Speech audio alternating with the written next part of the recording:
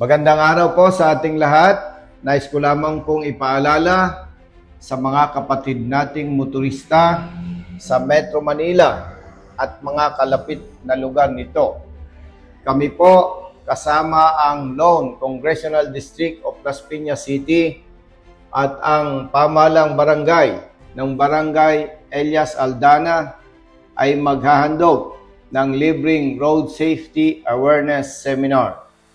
Ito po ay gaganapin sa darating na linggo, December 7, 2025 sa covered court ng Interior Tramo, Barangay Elias Aldana, Las Piñas City.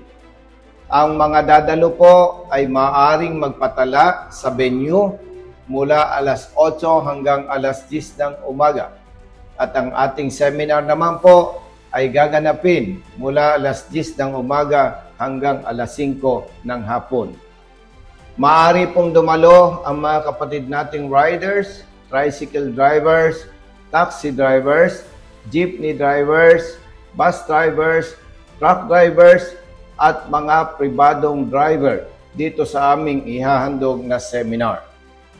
Ang mga dadalo po ay makakatanggap ng certificate at stickers ng RSAP bilang mga bagong kasapi ng ating advokasya. Kasama rin po natin dito ang B-Stars, Silent Tires, Zebra Helmets, Gila Helmets, at ang Petron Corporation. Ang mga dadalo po ay maaring makatanggap ng iba't ibang items sa aming isasagawang raffle.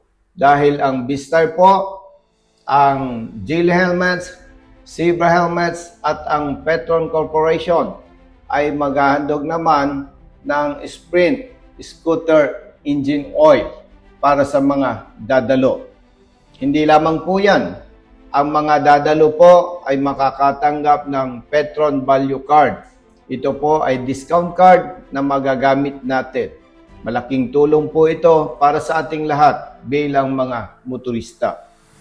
Lilinawin po natin, ang aming ihandog na seminar para sa inyo ay libre. Wala po kayong babayaran dito. At kung bakit po natin ito ginagawa, kasama ang mga naniniwala at sumusuporta sa ating advokasya, base po sa datos, mahigit 150,000 po ang vehicular accident sa ating bansa taon-taon.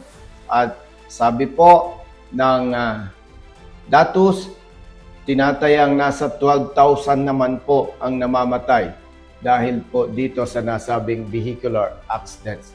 At bilang anak mahirap po, alam po natin sa ordinaryong pamilya, kapag namatay ang tatay o nanay, talagang masakit sabihin, pero maaring dumanas ng miserableng pamumuhay ang naulilang pamilya, lalo na po ang ating mga anak. At hindi lamang po yan, patuloy pa rin po ang mga pang-aabuso at maling pagpapatupad ng batas na lalong nagpapahirap sa mga kapatid nating motorista at sa kanilang pamilya. Kaya po kami at ang mga nagtitiwala sa ating advokasya ay hindi po napapagod para maghandog ng libreng Road Safety Awareness Seminar. At dito po sa ating seminar ay mapag-uusapan din po natin ang iba't ibang mahalagang bagay na maaaring makatulong sa ating mga kapatid na dumadalo sa ganitong seminar. Yun lamang po. Maraming salamat at magkita-kita tayo. Mabuhay tayong lahat.